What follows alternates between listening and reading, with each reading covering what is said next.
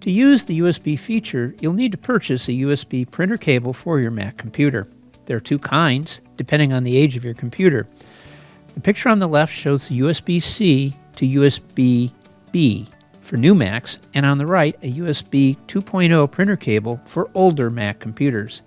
Above is a description for each type of cable from a popular online ordering website.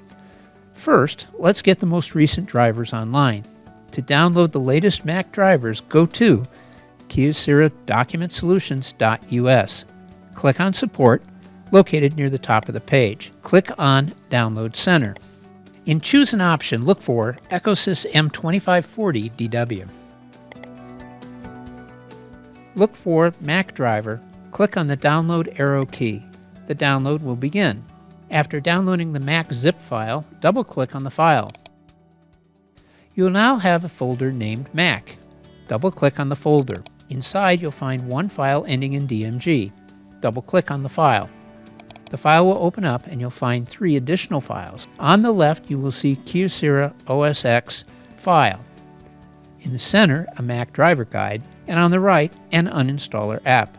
Click on the first file. Go through the wizard. Click Continue. Click Continue again. Click Continue one more time and agree to the software license to begin the wizard installation. Click on Install. Enter your username and password. Click Install Software.